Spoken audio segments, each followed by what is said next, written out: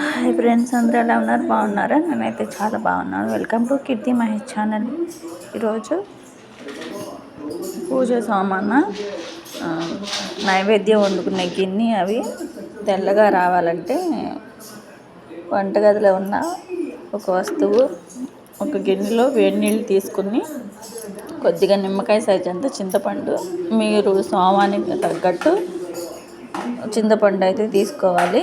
అది కొద్దిగా ఒక 5 నిమిషాలు కానీ నానితే, లేకపోతే ఒక 2 నిమిషాలు నాని అది మిక్సీ జార్లో మిక్సీ పట్టుకుని కలుపుకున్నామంటే కొద్దిగా ఈజీగా అవుతుంది. మనకి నీళ్ళన్నీ కలిసిపోతుంది.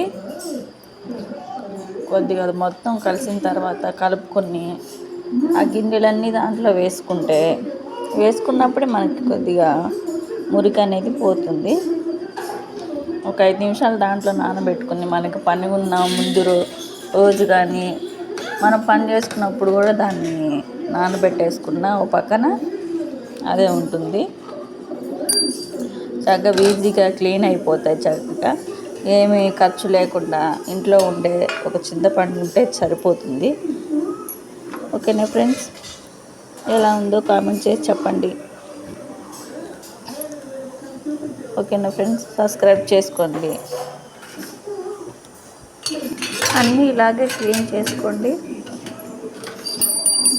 దీపారాజన కుందులు, గంట, ఈ గిన్నె, ఈ నైవేద్యం వండుకునే గిన్నె, ఇవన్నీ క్లీన్ చేసుకున్న తర్వాత ఒకసారి సబ్బు అంట్లు కడిగే పీచుతో మొత్తం చక్కగా రుద్దుకోండి. ఎందుకంటే చింతపండు కదా, మళ్ళీ నైవేద్యం చేసుకున్నప్పుడు నైవేద్యం అంతా పాడైపోతుంది.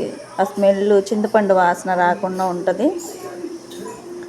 సబ్బుతో క్లీన్ చేసుకున్నామంటే కొద్దిగా మంచిగా క్లీన్ అయిపోద్ది. స్మెల్ కూడా ఏమి ఉండదు. మనం చక్కగా నైవేద్యం కూడా చేసేసుకోవచ్చు. ఓకేనా ఫ్రెండ్స్? ఓకే అటైతే చూసారా ఎంత క్లీన్ అయిపోయినాయో. ఇంకా అడగడం అయితే చూపించలేదు. పాప ఏడుస్తున్నది పక్కన. ఓకేనా ఫ్రెండ్స్? ఎలా ఉందో చెప్పండి, కామెంట్ చేసి చెప్పండి. బాయ్. సబ్స్క్రైబ్.